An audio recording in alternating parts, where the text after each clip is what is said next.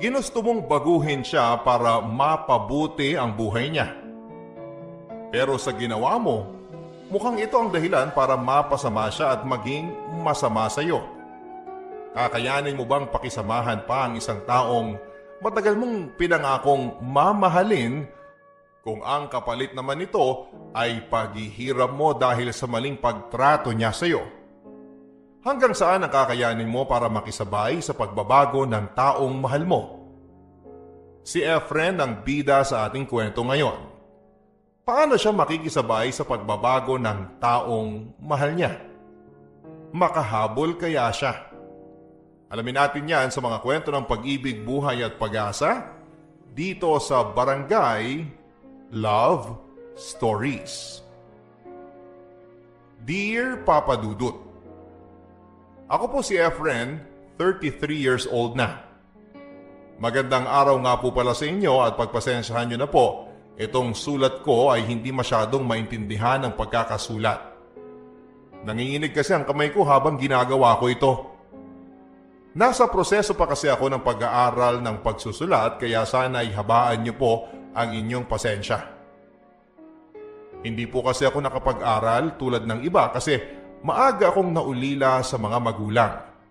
Kaya kailangan kong unahin ang pagkain ko sa araw-araw kesa sa edukasyon. Sana'y hindi niyo ako husgahan sa pinili ko. Grade 1 lang kasi ang inabot ko at hindi ko pa ito natapos.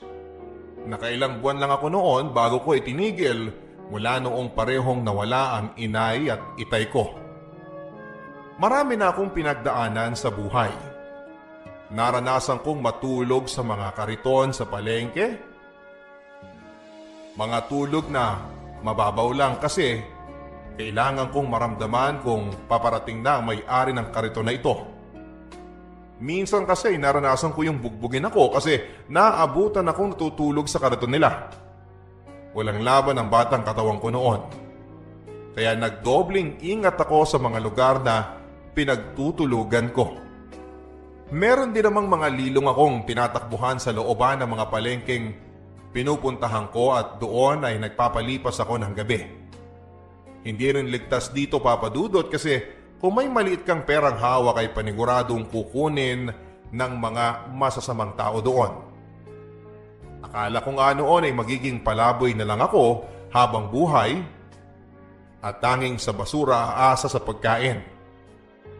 Pero sadyang mabuti ang ibang tao sa paligid ko dahil may isang matandang babae ang kumugkop sa akin. Inampon niya ako kapalit ng pagbabantay ko sa kanyang munting bahay dahil lagi itong napagnanakawan ng mga kasamahan din niyang squatter. Napakabait niya sa akin, kaya nga sobrang sumama ang loob ko noong mamatay ito dahil aksidenteng nabagok ang ulo ng madulas ito sa palengke isang umagang umuulan. Naiwan sa akin ang tirahan niya at may konting perang nagamit ko para makapagsimula. Sinubukan kong magbenta ng fishball gamit ang perang yon. Pero nalugi din dahil panay ang utang ng mga taga roon sa amin na sa huli ay hindi rin ako binayaran. Nagpa siya ako magtrabaho sa palengke at umextra sa mga construction. Doon ko na nga rin nakilala si Juliet. 24 years old at tagalines ng paa ng mga manok. Pareho kaming ulila sa mga magulang at dahil doon ay nakapagpalagayan kami ng loob hanggang sa maging kaming dalawa. Hindi rin ito nakatapos ng pag-aaral pero mas mataas ang inabot nito. Natapos niya ang high school pero hindi na naipagpatuloy ang kolehiyo. Napakabait niya. Napakaganda at hindi mahirap mahalin ang katulad niya. Kaya nga, sobrang saya ko. Akala mo nanalo ako sa loto kahit na hindi tumataya nang sagutin niya ako. Oh, malalim na naman ang iniisip mo dyan Ay, hindi naman. Bakit nakatulala ka na naman dyan? Wala naman. Iniisip mo bang babayaran natin sa kuryente? Hindi. Sa tubig? Alam mo namang libre ang tubig natin dito sa lugar natin. Ano nga iniisip mo? Ikaw? Oh, bakit ako? Wala lang. Iniisip ko lang kung gaano ako kaswerte sa'yo. Swerte rin naman ako sa'yo eh. Napakabait mo. Masipag at may muscles pa oh. Pawak nga. Para namang nakakaloko to Alam mo namang namamagayan dahil sa kabubuhat ng repolyo at hindi sa muscles. Pinapagaan ko lang ang loob mo. Ano ka ba? Alam ko naman kaya nga swerte ko sa'yo kasi para kitang gamot. Tinatanggal mo ang sakit na nararamdaman ko. Pawiin mo yan. Ang corny. Pero seryoso ko. Ang swerte ko sa'yo. Di ko lang alam kung bakit ako ang pinili mong mahalin At bakit naman hindi? Alam mo namang marami nagpaparamdam sa'yo sa palengke. Kahit alam nilang tayong dalawa na sige pa rin sila ng sige sa pandidika sa'yo. Nakakabastos na Hayaan mo yung mga yun. Ganun lang talaga yung mga yun. Walang magawa. Tsaka kahit ano naman ang gawin nila. Hindi ako mapupunta sa kanila kahit lumuhod pa sila sa pinakuloang tubig. Talaga? Oo naman. Magtiwala ka. Kahit na hindi ako nakapag-aral, hindi marunong magbasa o magsulat ng maayos? Oo. Ikaw ang pinili ko kasi mabuti ang puso mo at hindi dahil sa pinag-aralan mo. Talaga? Ikaw ba tanggap mo ko kahit ganito lang ako? Tinanong mo pa talaga? Gusto ko marinig yung sagot mo. Oo naman. Lahat ng tungkol sa'yo tanggap ko at mahal ko. Mahal kita. Pinakamamahal kita.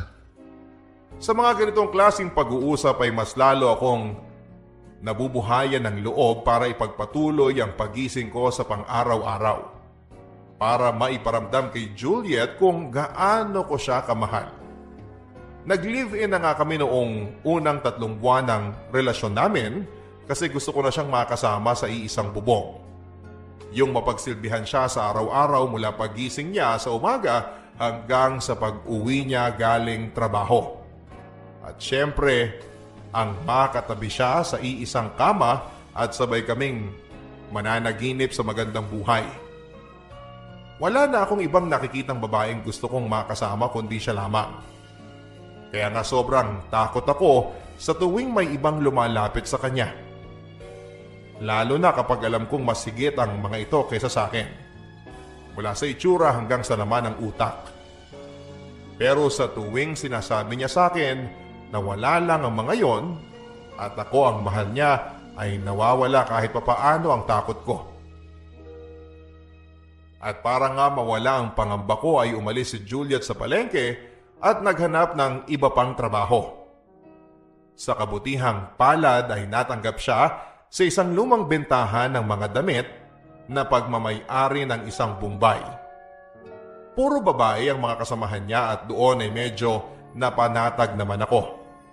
Sa gabi, tinatapos ko ng maagang trabaho ko para masundo siya. Medyo may kalayuan kasi ang pwesto niya sa palengke kaya kailangan kong mamasahe. Konting sakripisyo lang kumbaga para sa taong mahal na mahal mo. Naging ganito ang ganap sa aming buhay na dalawa. Ako sa palengke at minsan sa construction. Tuwing linggo kapag day off namin ay namamasyal kami kung saan-saan. Lagi kaming may baong ulam na niluluto para mag-picnic at makaiwas sa malaking gastos. Uuwi kaming laging masaya para kinabukasan ay handa na naman kami sa buhay pagtatrabaho para sa aming kinabukasan. Nagsisimula na nga rin kaming mag-ipon paunti-unti. Balak na kasi naming bumili ng ibang gamit. Gusto niya ng TV para makapanood naman daw siya ng teleserye na madalas ay pinagkwekwentuhan ng mga katrabaho niya. Hindi raw kasi siya makaintindi ng mga sinasabi ng mga yon, palibhasa wala kaming TV. Gusto niya rin ang radyo para makapakinig ng kanta sa gabi bago kami matulog. May radyo naman kami. Yun nga lang bumigay na to. Kailangan mong laging iumpog at katukin para gumana. Kung sa kanya ay nag-iipon siya para sa mga material na bagay, iba naman para sa akin. Hindi niya alam na pinag-iipunan ko na ang pangpaaral sa kanya. Hindi man niya sabihin pero alam kong gusto niyang ipagpatuloy ang pag-aaral niya. Sa kapapadudot, alam kong mas maganda ang magiging kinabukasan niya kapag nakapagtapos siya tulad ng iba. Gusto kong makamtan niya ang mga pangarap niya. At gusto ko nang maging maganda ang buhay niya. Kapag nakapagtapos siya ng pag-aaral, alam kong lahat ng gusto niyang bilhin ay mabibili niya. Lahat yon ay gusto kong makuha niya. Kaya nagsumikap ako para makaipon ng malaki para mapag-aral ko siya. Wow, Efren! Ang dami mong ipon ah! Tinalo mo ko! Hindi naman. Marami rin naman yung sayo. Makakabili ka na ng TV na gusto mo. At saka yung sapatos na nakita natin sa Divisoria. Mabibili mo na yung kulay blue at black, di ba? Di muna yung sapatos. TV muna tapos yung ibang kailangan natin dito sa bahay. Eh ikaw ba? Hanggang ngayon di mo pa nasasabi sa akin kung anong gagawin mo sa perang naipon mo ah. Lagi mo na lang akong binibitin. Lagi ka na lang basta ng basta. Kasi... Sabihin mo na sa akin para alam ko. Mamaya, pang babae mo lang yan ah. Grabe ka. Ba't ko naman gagawin yun? Eh para saan nga yan? Ayoko na ng basta na sagot ah. O sige, aaminin ko na sa'yo. Ang ano? Nag-ipon ako para pang-aral mo. Pang-aral ko? Eh nakapagtapos na naman ako ah. Ng high school. Eh sapat na yun. Maganda naman ang trabaho ko. Pero mas gaganda yan kapag nakatapos ka ng kolehiyo. Parang di ko ata kaya. Masyado na atang huli kung ngayon pa ako mag-aaral. Hindi yan. Bata ka pa. Saka alam kong kaya mo ilampas yung mga kaklase mo kasi alam kong matalino ka. Huwag mo sayangin yun. Efren, hindi ko talaga alam ah. Andito lang ako. Susuportahan naman kita eh. Paano kung bumagsak ako? Sayang yung pera. Hindi ka babagsak. Sabi ko nga matalino ka naman eh. Paano kung di ko pala kaya? Matagal na rin nung huli ako nag-aral. Pinakalawang na ang utak ko. Eh di, langisan natin para gumana ulit. Ito naman ang lolo ko pa eh. Ikaw naman kasi, hindi ka bilib sa sarili mo. Eh ako, bilib na bilib sa'yo eh. Masyado ko nagtitiwala sa akin eh. Oo, naniniwala akong kayang-kaya mo yan eh. Ito na lang isipin mo. Kapag nakatapos ka ng kolehiyo, makakahanap ka ng magandang trabaho. Yung malaki ang sahod. Hindi mo na kailangan pahirapan yung sarili mo para makaipon at makabili ng mga gusto mo. Agad-agad mabibili mo na yung mga gusto mo sa isang sahod lang. Efren, Juliet, oras na para maniwala ka naman sa sarili mo. Ikaw, lagi mo sinasabi na may tiwala ka sa akin. Naniniwala ka na kaya ko. Gusto ko, ganun ka rin sa sarili mo. eh paano ka? Anong paano ako? Yung ipon mo. Alangan namang iubos mo yan sa akin. Kung maubos to, edi mag-iipon ulit. Alam ko namang hindi pa to sapat para sa 4 na taon mo sa kolehiyo. Kaya magsisikap talaga ako. At tutulong din ako. Itong naipon ko, isasama ko dyan sa'yo. Di na muna ako bibili ng TV. Ibili mo na lang yan ng TV o kung ano man ang gusto mo. Ipon mo yan eh. Itong ipon ko, para sa'yo talaga to. Bakit pa ang bait-bait mo? Eh kasi, mahal na mo ko. Totoo. Mahal na mahal na mahal. Triple mo yung sinabi mo at ganun ang nararamdaman ko sa'yo. O, tama na kada drama. Ayusin na natin itong pera natin at di magandang nakakalat sa sahig. Bukas, hindi mo na ako papasok sa palengke para masama kita sa school. Titingin tayo ng gusto mong kurso. Kinabukasan nga ay nagpunta na kami sa kolehiyo malapit sa amin. Doon ay pinili niya ang kursong HRM. Gusto raw kasi niyang magtrabaho sa mga hotel. Sinuportahan ko siya kahit na hindi ko maintindihan yon. Inayos namin lahat ng kailangan. Pabalik-balik nga kami sa bahay at sa kolehiyo na yon kasi nga may mga pinakukuha sila sa amin. 2 araw naming ginawa yon kasi may mga kailangan pa itong balikan sa dati niyang eskwelahan.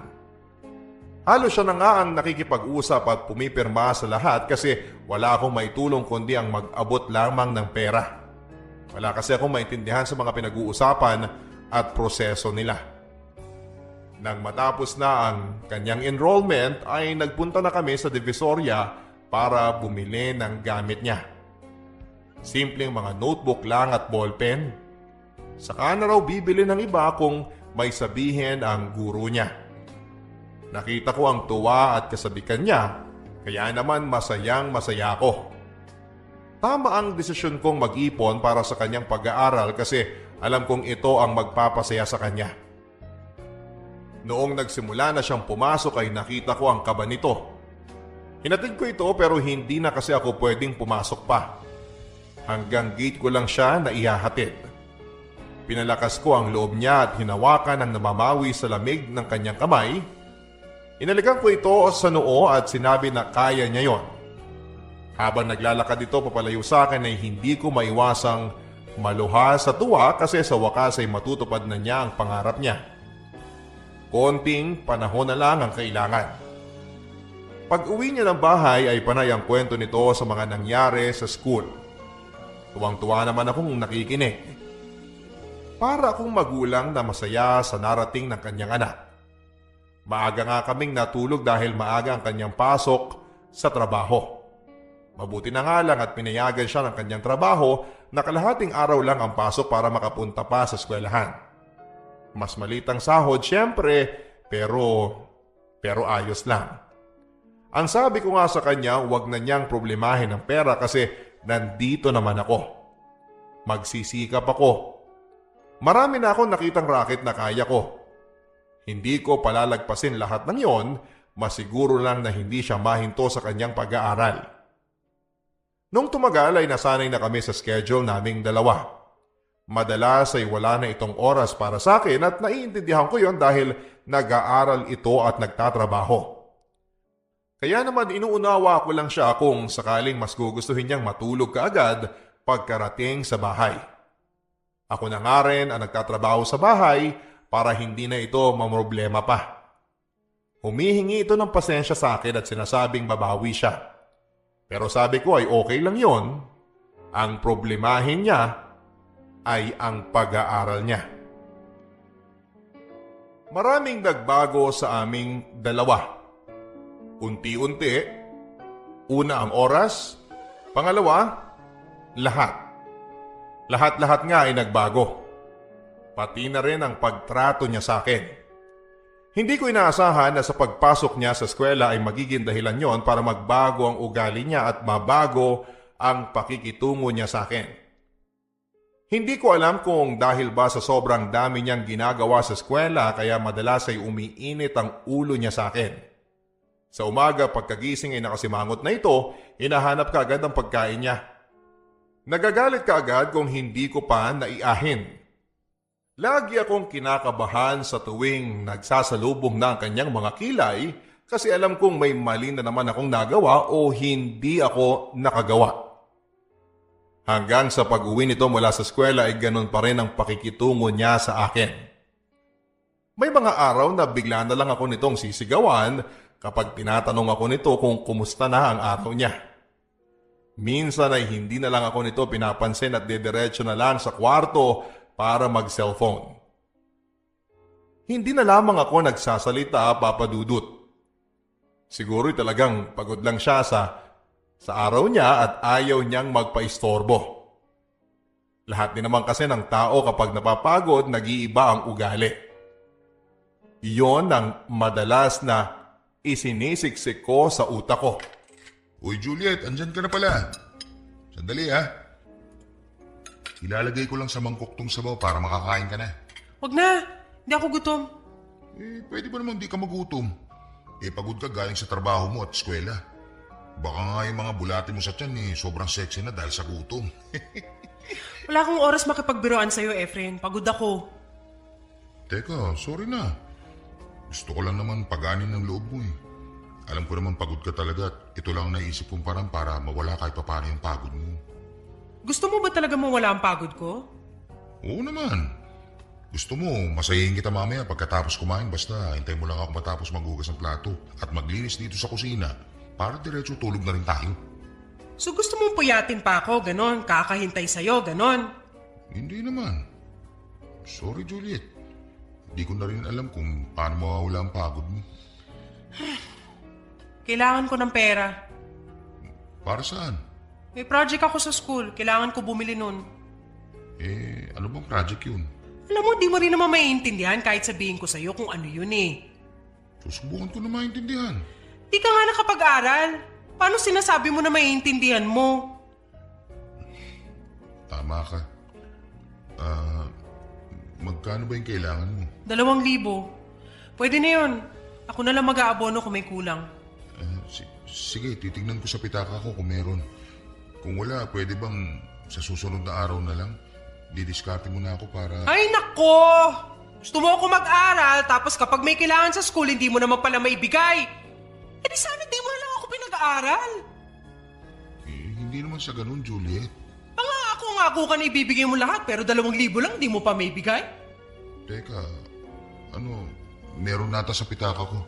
Sandali, titignan ko sa kwarto. Nanginginig ang mga kamay ko at binuksan ang aking bag na ginagamit ko sa palengke. May sobre roon na puti at nakatupi. May lamang 2,500 pesos. Sahod ito ni Kano na nakakasama ko magtrabaho sa construction. Pinatago ito nito sa akin at kukunin na lang daw niya sa linggo kapag nagkita kami para hindi niya magalaw dahil gagamitin niya ito sa handa ng kanyang nag-iisang anak. Binuksan ko yun at kinuha ko ang pera. Pinagpapawisan ako noon at iniisip ko kung saan kaya ako kukuha ng ipangpapalit ko rito. Kapag ibinigay ko na itong lahat kay Juliet ano ang gagawin ko? Hindi ako makapag-isip noon dahil halo-halo ang emosyon na nararamdaman ko. Takot kay Juliet, takot kay Kano at kaba dahil hindi ko alam kung kailan ako makakahawak ng 2,500 pesos muli para mapangbayad sa kaibigan ko. Pero mas nangibabaw ang takot ko kay Juliet. Kapag hindi ko naibigay ito sa kanya ay baka magkaroon ito ng problema sa eskwelahan. Ayokong ako ang maging dahilan nun. Nangako ako sa kanya na igagapang ko siya sa pag-aaral niya.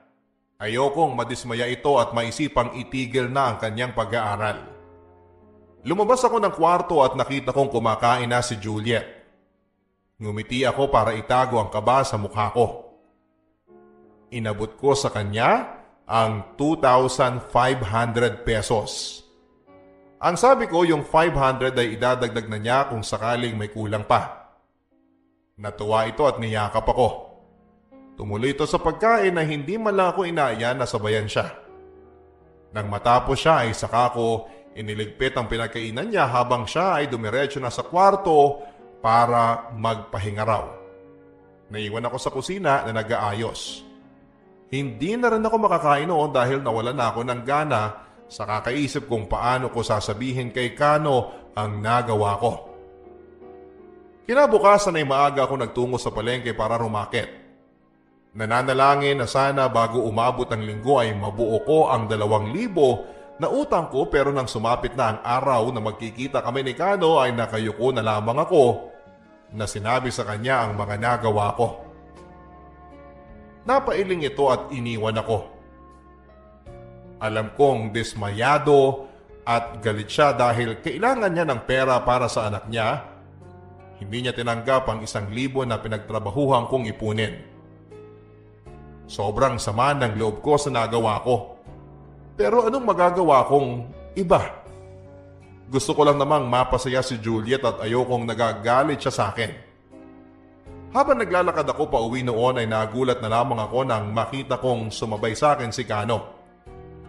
Inakbayan ako nito at hindi ko alam ang sasabihin sa kanya. Pero noong sinabi niyang huwag ko na raw problemahin ng pera dahil nakahanap na siya ng uutangan ay gumaan kahit papaano ang loob ko. Naiintindihan niya ang sitwasyon ko at bilang kaibigan, ang payo niya, huwag ko raw ibigay ang lahat kay Juliet. Huwag na huwag raw. Pangusap.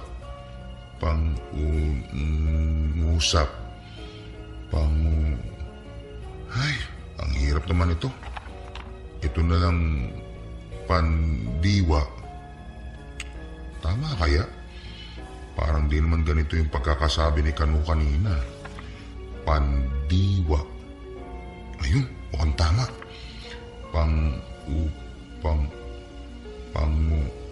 Pangusap. Ay, ano ba to?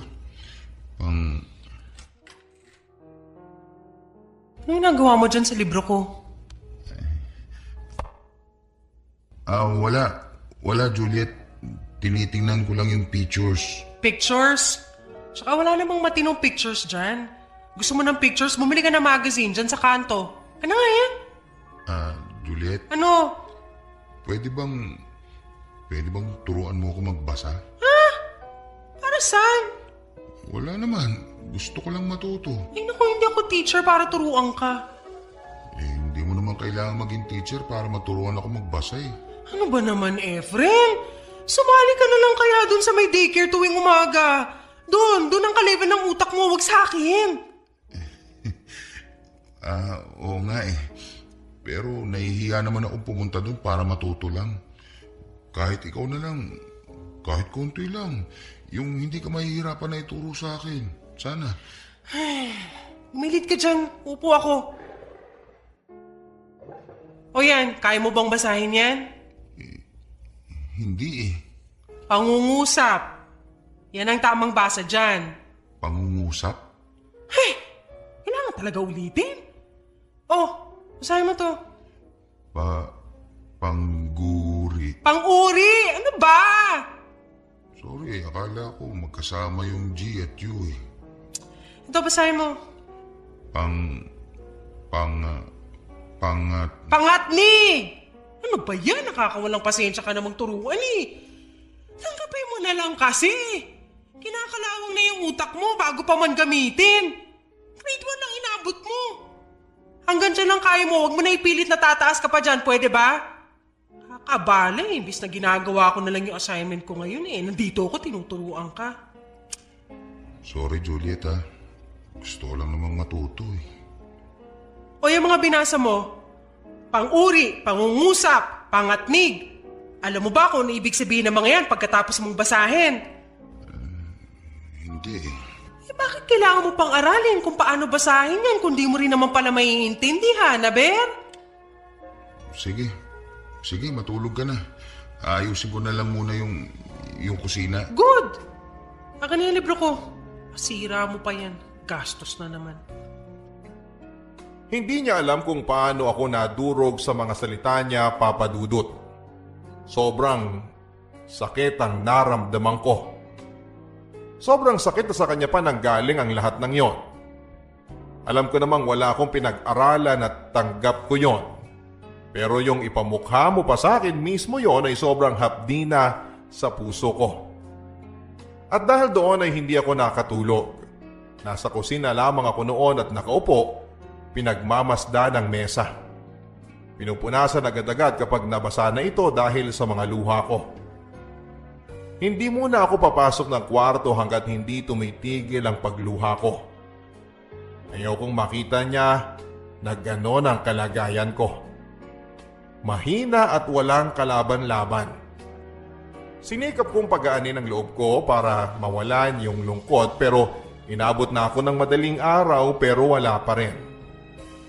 Hindi ko na alam. Hindi naman ganito si Juliet dati. Dati ay masaya kami. Naiintindihan niya ako at higit sa lahat ay tanggap niya na hindi ako nakapag-aral. Pero ngayon, bakit ganun na siya? Bakit nag-iba na siya? Ano bang nagawa kong mali? Kaya ko pa bang itama ito kung sakali? Habang tumatagal ay palala ng palala ang pagbabago ni Juliet. Hindi ko alam kung napapansin niya ba yon o sinasadyang wag na lang pansinin talaga. Huminto na nga rin ito sa pagtatrabaho dahil ang sabi niya ay hindi na niya kayang pagsabayin ang pag-aaral at pagtatrabaho dahil nahihirapan siya at naiintindihan ko yon. Ang sabi niya, ako na lang ang bahalang maglatag ng pera sa bahay kasi aayusin niya ang pag-aaral niya. Pumayag ako. Gusto ko rin naman na unahin niya na bantayan ang pag-aaral niya. Ayokong bumagsak siya sa klase. Kaya nga nagtriple ako ng sipag sa pagtatrabaho para magkasya sa bahay at sa pag-aaral ni Juliet. Tapos uuwi pa ako ng bahay, ako ang mag-aasikaso sa lahat dahil 10 oras na ng gabi kung umuwi si Juliet madalas. Ang sabi niya, marami daw silang tinatapos sa klase ngayon. Tumatango na lamang ako at wala nga rin itong halos oras para sa akin. Niyang mag-usap habang kumakain ay hindi namin nagagawa na. Niyang mayakap siya sa gabi ay ayaw na rin niya. Sa totoo lang ay sobrang nami-miss ko na talaga siya. Pero wala akong magagawa kasi alam ko namang iba ang buhay namin ngayon at una sa lahat ay ako rin naman ang may gusto nito, hindi ba? Ako ang may gusto na pag-aralin siya. Kung nabago ng edukasyon ang ugali niya, pati kaya yun ay masasabi kong responsibilidad ko na rin. Unti-unting nararamdaman ko ang paglayo ng loob ni Juliet sa akin. Kung dati, hindi natatapos ang araw na hindi nito pinapaalala sa akin na mahal niya ako at hindi niya ako iiwanan kahit na anong mangyari, pero ngayon ay umabot na ng halos 5 buwan mula nung huli akong nakarinig sa kanya na mahal niya ako. Dahil din kaya ito ng pagiging abala niya sa pag-aaral kaya nakalimutan na niya ang salitang mahal kita? Sa tuwing iniisip ko to, sumisikip ang dibdib ko. Lalo na kapag naaalala ko ang mga panahong hindi kami ganito. Yung mga panahon na masaya kaming pareho at kontento sa meron kami at tanggap niya ako bilang ako, hindi tulad ngayon na parang diring-diri ito sa tuwing nagkakasalubong kami ng tingin sa bahay. Lahat ng ito ay hindi ko magawang sabihin sa kanya dahil sa takot na baka totoo ang hinala ko na baka hindi na ako nito mahal. Ayokong marinig yon sa kanya kasi hindi ko kaya. Siya na ang buhay ko, ang mundo ko at kapag nawala ito ay hindi ko alam kung paano magsisimulang muli. Kaya ginawa ko ang lahat para maibalik ang dating kami. Ang dating siya. Isasalba ko ito hanggang kaya ko pa. Hindi pa rin ako tumigil ng pagsilbihan siya sa bahay. Dinoble ko pa, yung tipong kahit na kailan ay hindi siya makakahawak ng maduming pinggan o makakatapak ng maduming sahig. Sinikap ko makauwi ng maaga para maunahan ko siya pagdating sa bahay para makapagsimula na akong maglinis at magluto, pero kadalasan ay nakakatulog na lamang ako sa hapagkainan sa kakahintay sa kanya sa gabi. Lumalamig na nga ang sabaw ng sinigang na gusto niya pero hindi pa ito dumarating para matikpan niya. Maraming gabi na ganito ang nangyayari, Papa Dudut. Dati pa nga ay sinasabi nito sa akin tuwing nagtatanong ako ang dahilan kung bakit ito hindi nakakauwi ng maaga. Tulad ng dati. Dati ang sagot niya ay may tinatapos sa school pero ngayon ay diretso na lamang ito sa kwarto para mag-cellphone o manood ng TV. Kapag tatanungin ko siya, nagagalit siya. Bakit daw kailangan ko siyang pakialaman pagod na nga ito at saka papasok ng kwarto pero sa tuwing ididikit ko ang tenga sa pinto ng kwarto ay marinig ko naman itong nanonood ng TV. Hindi na lang ako nagsasalita pa. Baka lumala pa ang galit niya. Tulad ng iba kong ginagawa, tinanggap ko na rin ito para umiwas sa away. Hanggang sa 1 oras, ang 10 oras na gabi na pag-uwi niya ay nabago na. Mas lumala pa. Dahil maraming gabi na rin na hindi siya umuuwi ng bahay. Uuwi lamang ito para magpalit ng damit at iaabot nito sa akin ang maruruming damit niya para ipalabada. Tatanggapin ko ito at uutusan niya akong dapat ay mapatuyo ko ito sa loob lamang ng kalahating araw. Dahil kailangan daw niya ito sa school. Tatango ako at susubukang gawin ang pinag-uutos niya at kapag hindi ko magagawa ay katakot-takot na mura at pagmamaliit sa akin ang maririnig ko. Para akong kasambahay kung ituring niya. Parang hindi niya ako karelasyon kung kausapin. Hindi ko na alam kung sino ba talaga ako para sa kanya. Sa kagustuhan ko na maisalba pa ang relasyon namin ay nagpunta ako sa kanilang eskwelahan para sorpresahin siya. Naka-extra ako sa parlor na nirekomenda ni Kano. Kailangan daw nila ng maglilinis noon ng buong araw dahil nagkasakit ang tagalinis nila at nagkataong Biyernes pa kaya maraming tao. Kinuha ko yon para pandagdag sa kita na iniipon ko naman para sa anibersaryo naming dalawa ni Juliet na sana'y hindi niya nakalimutan dahil ako ay hindi ito nawala sa isipan ko. At gusto kong i-celebrate ito dahil tumagal kami kahit marami kaming pinagdaanan. Dumating ang araw ng aming anniversary. Bumili ako ng kulay asul na rosas, yung kinukulayan.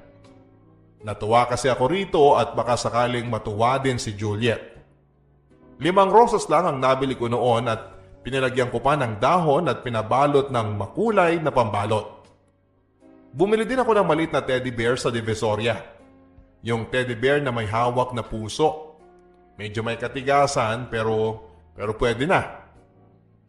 Kailangan ko kasing maisakto ang perang hawak ko para mailabas ko pa siya sa date namin. Naglibot-libot pa ako noon para makahanap ng pwede pang maibigay sa kanya at nakakita ko ng bestida na bulaklakin. Lumaki ang mga mata ko dahil nakita ko ito sa TV. Doon sa teleseryeng pinapanood ni Juliet. Parang may ganito yung babaeng bida na pinapanood niya. Inalam ko ang presyo at hindi na ako nakipagtawaran pa dahil alam kong matutuwa dito si Juliet. Nagmamadali akong naghanap ng mabibilhan ng pambalot ng damit na yon, pero ang tanging nakita ko ay pambalot na may maliit na sulat na happy birthday. Wala na ako nagawa at iyon ang binili ko. Bumili ako ng pandikit at saka naghanap ng sulok na pwede kong ibalot ang damit. Halos mabunggo-bunggo at murahin ako ng mga tao na nakakakita sa akin na nakaupo sa sahig dahil nakakasagabal na ako sa paglalakad nila. Minadali ko na rin ito dahil kailangan ko nang maabutan si Juliet. Naalala ko, ang sabi niya na 5:00 ng hapon matatapos ang klase niya at ang classroom nito ay malapit lang sa gate kaya makikita ko ito kaagad. Matutuwa ito kapag nakita ako. Sana matuwa ito sa mga nakayanan ko.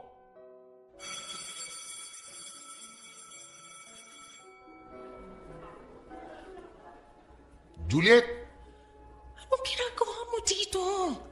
sinusundo ka. Ito na ang huling klase mo ngayong araw, hindi ba? Oh, pero umalis ka na. May pupuntahan pa ako. Juliet, anibersaryo kasi natin ngayon eh. O, ano ngayon? Pinagandaan ko kasi ang araw na to eh. Eto, binili pa kita ng bulaklak. May teddy bear din na makakatabi mo sa gabi. Tapos itong damit mo. Umalis ka na, please. Itong damit na kasya sa'yo, binili ko sa Divisoria kanina kasi nakita ko... Umalis ka na, Efren. Ano ba? Nakita ko to sa teleserye na pinapanood mo dati. Suot ito ng babaeng bida yung mistisa. Babagi sa'yo to. Wala ka ba naririnig? Sabi ko umalis ka na, di ba? Buksan mo na kasi para makita mo. Gusto ko makitang suot mo yan sa date natin mamaya. Juliet! Hoy! Dali, umalis ka na. May gagawin pa ako. Teka, saglit lang. Anong oras ka ba pwede? Hihintayin kita, okay lang. Susundin kita kung saan ka pupunta. Hihintayin kita kung kailangan. Umuwi ka na lang. Doon na lang tayo sa bahay mag-celebrate ng anniversary natin. Pero gusto ko sana kumain tayo sa labas para may bago naman eh. Grabe, lahat nagmamadali palabas ng gate. Nakakaloka. Hoy, Juliet, kanina pa ako tawag ng tawag sa'yo para namang hindi mo ako nakikita. Ang dami kasing tao hindi ko masyadong narinig. O, tara na. Sino siya? Ako si Efren, ako yung... Yung boy namin. Oo, yung boy namin. Yung katulong, ganun. Ano yung hawak niyang bulaklak? Tapos teddy bear at yung naka-wrapper? Ewan ko. Para siguro sa asawa niya. Di ba, Efren? Kasi gusto niya sanang bumali at mag-day off ng mas maaga kasi may pupuntahan sila ng asawa niya. Di ba, Efren? Oo. O siya, pinapayagan na kita. Sige na, umuwi ka na. Tintay mo na lang asawa mo doon, ha? May pupuntahan pa kami ng friend ko. True! Tara na, Juliet. Baka wala na tayong maupuan sa sinihan. Bye, boy! Boy? Isa lang akong boy sa kanya? Para akong tinadyakan sa sikmura sa mga narinig kong pagkakaila sa akin ni Juliet. Harap-harapan niya itong ginawa at ito ang unang beses na narinig ko ito. Kinakahiya na ba talaga niya ako? Akala ko ba ang sabi niya kahit sino pa man ako ay mahal niya ako at tanggap niya ako? Bakit ngayon ay nagbago na? Habang nasa loob ako ng jeep noon ay panay ang punas ko sa mga mata ko. Namuo na kasi ang mga luha at ayokong makita ito ng mga tao. Ginagamit ko ang manggas ng polo ko para pangpahid ko sa mga mata ko. Ang polo na ito na hinaram ko pa kay Kano para magamit sa espesyal na okasyon na yon na mauuwi din pala sa wala. Dala ko pa rin ang mga regalo ko na sana'y para kay Juliet. Ni hindi man lang niya ito hinawakan o tinignan. Ni pasasalamat kahit konti lang ay wala akong natanggap sa kanya. Umuwi ako ng bahay para iwan muna ang mga regalo ko at saka ako dumiretso sa palengke para bumili ng makakain namin ni Juliet. Hinawakan ko na lamang ang sinabi niya na sa bahay na lang kami magkita. Doon na lang siguro niya balak mag-celebrate ng anniversary at pwede na rin doon bibili ako ng lechong manok at soft drinks. Tapos bibili ako ng cake sa panaderyang suki ko sa tuwing umaga.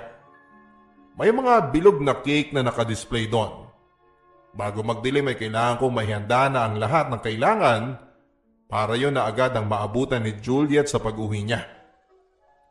May nadaanan pa nga akong nagbebenta ng lobo. Bumili ako ng 3 piraso. Isasabit ko ito malapit sa bintana. Magugustuhan ito tiyak ni Juliet. Ang sabi kasi niya noong bata pa lamang siya ay mahilig siyang kumuha ng lobo sa mga birthday yan at pinupuntahan nila ng mama niya noong bata pa lamang siya. Nakarating ako sa bahay sakto sa inaasahan ko. Naghilamos lang ako sandali para mawala ang pinaghalong pawis at natuyong mga luha kanina. Nilinis ko na rin ang manggas ng polo sa pamamagitan ng basahan. Nilapag ko na sa mesa ang lechong manok at nagsaing na rin ako. Habang hinihintay ang sinaing, ay sinabit ko na rin ang mga lobo at saka pinatong sa upuan ang mga regalo ko kay Juliet. Nagwalis na rin ako sa kusina at inayos ang mesa. Yung mesa na nakikita ko sa mga restaurant. Sinubukan kong gayahin yon kung paano ang pagkakaayos ng mga ito at pinagkasya kung anuman ang gamit na meron lamang sa bahay. Nang matapos ang sinaing ay pumasok na ako sa kwarto para mag-ayos ng mukha. Humingi ako ng konting pulbos ni Juliet. Bahagyang ipinahid sa aking mukha at naglagay ako sa likod ko para mawala ang pawis at amoy at pagod nito. Nagsuklay at naglagay din ako ng gel. Nang makontento na ako sa itsura ko ay bumalik na ako sa kusina. Pinagpag ang aking damit bago ako umupo habang hinihintay si Juliet. 1, 2, 3, 4, 5 oras na ang lumipas pero wala pa rin si Juliet. Lumalamig na ang lechong manok na gusto ng patungan ng mga langaw na nakapasok sa bahay. Panay ang wagwag ko sa aking mga kamay para hindi sila makalapit. Yun ang ginawa ko para magpalipas ng oras. Ang sinaing na lumamig na ay mayat maya kong iniinit bawat oras na lumilipas. Marahil ay nagtutong na ito pero ayos lang basta ang importante ay mainit ito na madadatna ni Juliet. Alam kong ayaw niya at nawawalan siya ng gana kapag malamig ang kaning nakahain. Umidlip ako ng saglit nang maramdaman kong bumagsak na ang talukap ng aking mga mata. Pinakpang ko na lamang ng malaking plastik ng mangkok ang lechon. Umidlip ako habang nakaupo. Hindi ko na namalayan ang oras. Dala ng pagod ay napasarap ang idlip ko. At nagising na lamang ako nang marinig kong nagbukas ang pintuan. Niluwa nito si Juliet at agad akong tumayo para salubungin siya, pero imbis na yakapin ako nito o salubungin ng may ngiti ay bigla na lamang nitong sinampal at pinagmumura ko. Bobo? Tanga? Walang pinag-aralan at walang kwenta at inutil. Ito ang mga paulit-ulit na salitang sinabi niya sa akin habang dinuduro-duro niya ako sa noo ko. Hindi ako makasagot noon. Ayokong salubungin ang galit niya. Galit na nagmula sa pagpunta ko ng walang pasabi sa school nila, yun ang kinakasama ng loob niya. Sa mga oras na yon ay pinipigilan kong umiyak sa masasakit na salitang pinapaligo niya sa aking mukha. Hindi ko siya matignan dahil mas lalo ako nasasaktan sa tuwing nakikita ko siyang nanlilisik at puro puot ang laman ng kanyang mga mata. Nang matapos itong ilabas lahat ng sama ng loob niya, ay itinulak niya ako na naging dahilan para mabunggo ko ang mesa at malaglag ang litsyong manok. Padabog itong nagpunta sa kwarto. Pinulot ko ang litsyon habang punong-puno ng mga luha ang aking mga pisngi. Pinagpag ko ang litsyon at saka binalik sa lamesa. Naupo ako noon at kailangan kong maupo dahil bigla ay nanghina ako ang aking mga tuhod dahil sa mga nangyari. Hindi ko inaasahan na magiging ganito ang salubong sa akin ni Juliet. Napatingin ako sa bintana. Maliwanag na pala. Umaga na pala. Tapos na pala ang anniversary naming dalawa. Hindi ako iniimik pa ni Juliet mula noong inaway niya ako. Gustuhin ko man siyang kausapin pero hindi ko magawa. Sa tuwing lalapitan ko siya ay kukumpasan niya ako sa kanyang palad na huwag lumapit at sinusunod ko yon. Ayokong lumala pa ang galit nito sa akin at hinayaan ko na rin ang mga gabing hindi ito umuuwi at kung uuwi man siya, parang wala pa rin siyang nakikitang friend. Nasanay na rin ako sa amoy alak at puro sukang mga damit niya na nilalabhan ko. Gusto ko nang sanayin ang sarili ko sa ganito kasi baka sa ganitong paraan ang gusto ni Juliet na magsama kami. Baka kapag pumayag lang ako sa ganitong klaseng pagsasama ay hindi niya ako maisipang iwanan. Okay na yon sa akin. Sinubukan kong muli na matutong magbasa. Kapag wala si Juliet ay binubuksan ko ang libro niya para magsimulang magbasa. Panay ang tingin ko sa pintuan at nagbabantay, baka bigla siyang dumating. Baka magalit ito kapag nakita niyang hawak ko ang mga libro niya. Habang nagluluto, naglilinis at naglalaba ay pilit kong tinuturuan ang sarili ko na magbasa. Kahit na hindi ko maintindihan ang mga salitang pinipili kong basahin, ay binabasa ko pa rin. Kahit na dito lang muna ako magsimula. Matuto munang magbasa bago maintindihan yung mga salitang yon.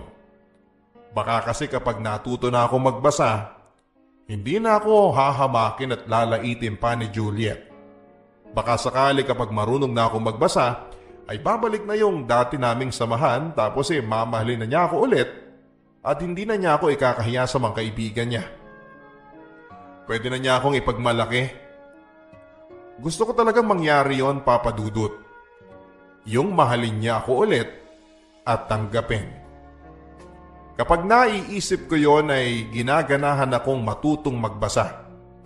Masosurpresa si Juliet kapag nalaman niyang parang edukado na ako.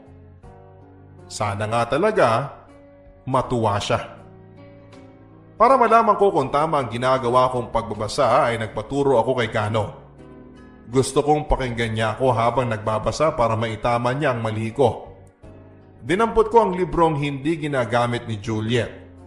Matapos kong maglinis ng bahay ay pumunta na ako ng palengke. Pero hinarang ako ni Aling Karing at inutusan akong buhatin ang mga carrots para ilipat doon sa isang pwesto niya. Pumayag naman ako para mabigyan niya ako ng pera. Nang matapos yun ay hinanap ko na si Kano pero nakasalubong ko naman si Mang Teryo. Nagutos ito na balatan ko ang mga paa ng manok na napasingawan ng mainit na usok para lumambot.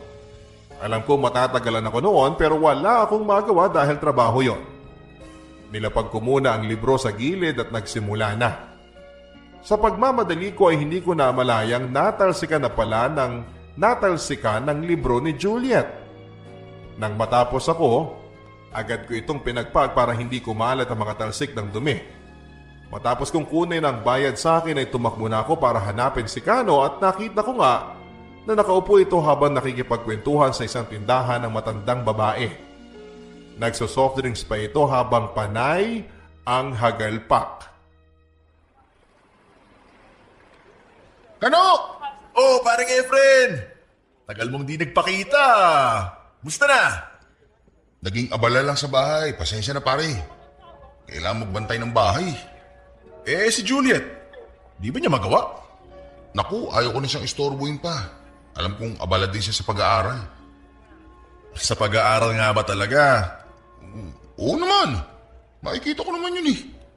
Gaano ka kasigurado na nag-aaral nga siya? Kasi madalas siya sa school at gabi na kung umuwi. Pagod palagi. Nakakaawa naman kung pati sa bahay pagtatrabahuin ko pa siya. Naloko na. Alam mo, parang Efren. Na lang natin pag-usapan si Juliet pare. Kaya kita pinuntahan kasi gusto ko sana magpatulong sa'yo tungkol sa pagbabasa. Oh, bakit? Gusto ko sanang tignan mo kung tama ba yung pagkakabasa ko ng mga salita dito sa libro. Huh? Para saan? Hindi para sa akin. Para kay Juliet. Gusto ko matuwa siya kapag nalaman niya na marunong na ako magbasa. Matutuwa ba siya talaga? Hindi ko alam. Pero sa tingin ko naman, malaking tulong yun kung matuto ko magbasa para... Para mahalin ka pa niya. Para di ka niya iwan. Matyaga akong binantayan at tinulungan ni Kano na magbasa.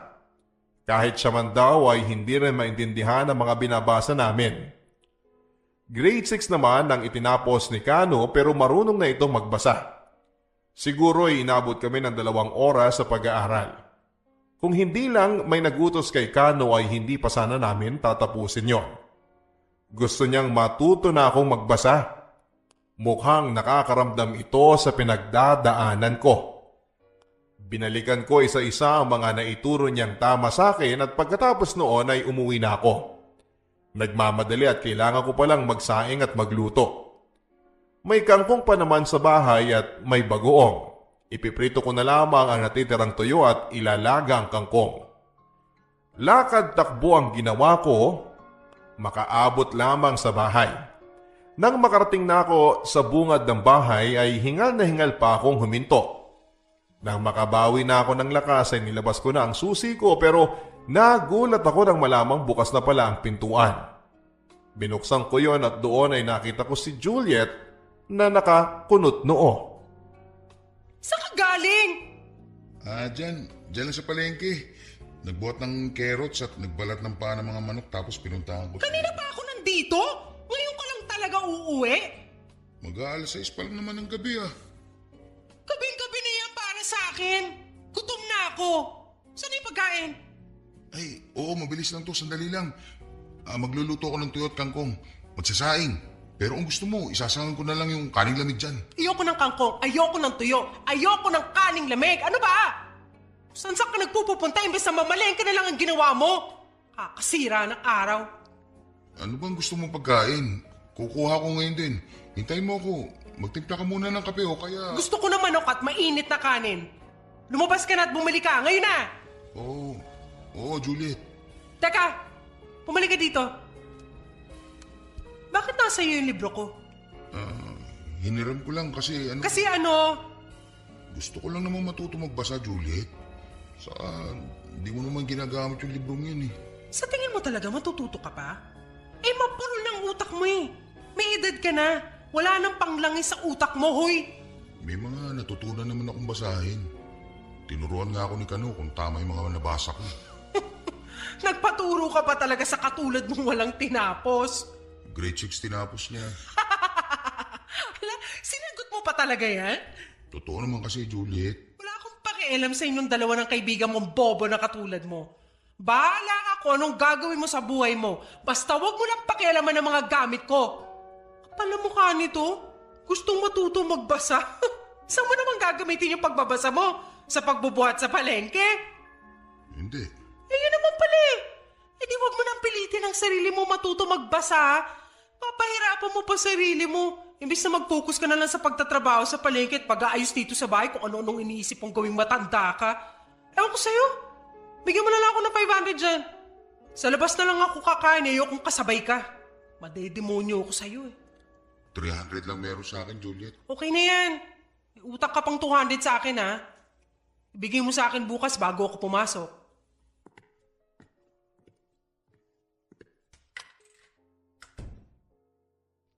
Nang umalis si Juliet ay naiwan ako sa bahay na mag-isa. Niluto ko pa rin ang kangkong at tuyo. Sinangag ang kanin, naglinis. Tahimik ako habang ginagawa ko yon. Habang paulit-ulit kong pinapaikot sa utak ko ang mga salitang binitawan nito kanina. Nang matapos ako maglinis ay pinasok ko na sa kwarto ko ang libro niya. Nilinis ko pa itong muli para masiguradong katulad pa rin ito ng dati. Lumabas ako papunta sa palengke. Nagtanong-tanong doon kung may ipapagawa ba ang mga ito. May 3 pwesto lang ang nagutos sa akin at magbuhat daw ako at maningil ng pautang. Nagawa ko lahat ng iyon bago magsara ang palengke. Kumita ako ng 700 pesos. Okay na ako. Umuwi ako ng bahay 8:30 na. Pero wala pa rin si Juliet. Pumasok ako ng kwarto, naupo sa kama at pinagmasdan ito. Ito ang saksi sa pagmamahalan dati namin ni Juliet. Dati ay damit lang ang laman nito at orokan. Ngayon ay may TV na, radyo, libro at iba't ibang abubot ni Juliet. Napangiti ako. Malayo na ata talaga ang narating naming dalawa. Nang makontento ako sa pagbabalik sa mga alaala naming dalawa roon ay binuksan ko ang orokan at isa-isang kinuha ang aking mga damit. Nilagay sa sako bag at konti lang naman ang damit ko, kaya madali ko yung naayos. Nang matapos ako ay lumabas ako ng kwarto. Nilabas ko ang pitaka ko at iniwan ang 200 pesos na kailangan ni Juliet sa ibabaw ng mesa. Pinagmasdan ko muli ang bahay namin. Walang luhang gustong kumawala sa mga mata ko.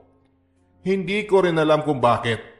Ramdam ko naman ang sakit sa dibdib ko pero hindi ko gustong lumuha ang mga mata ko.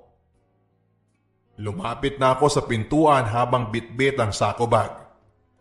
Binuksan ko yon at saka umusal ng paalam sa tahanang matagal ding inalagaan. Oras na.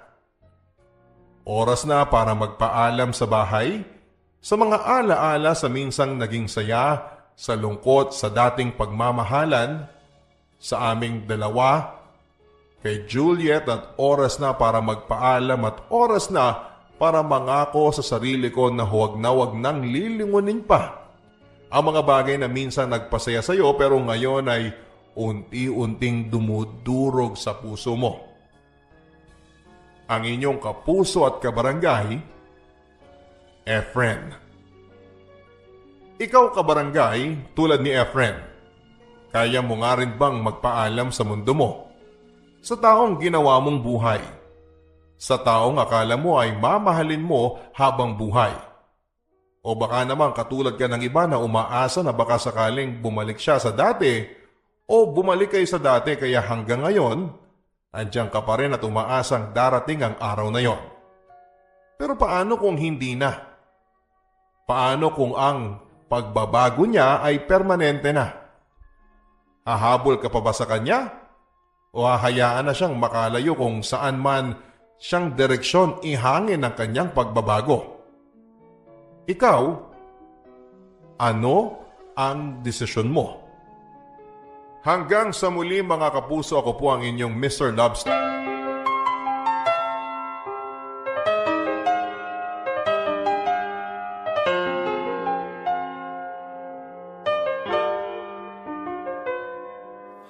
Ang buhay ay mahiwaga,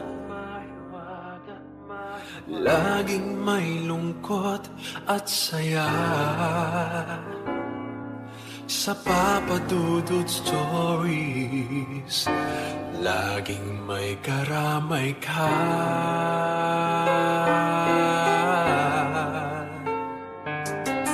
Mga problemang kaibigan, dito ay pakikinggan ka. Sa Papa Dudut Stories, kami ay iyong kasama. Dito sa Papa Dudut Stories, ikaw ay hindi nag-iisa.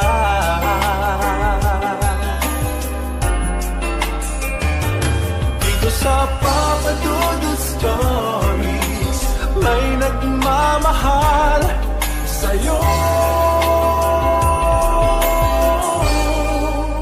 Papa Dudut Stories, Papa Dudut Stories.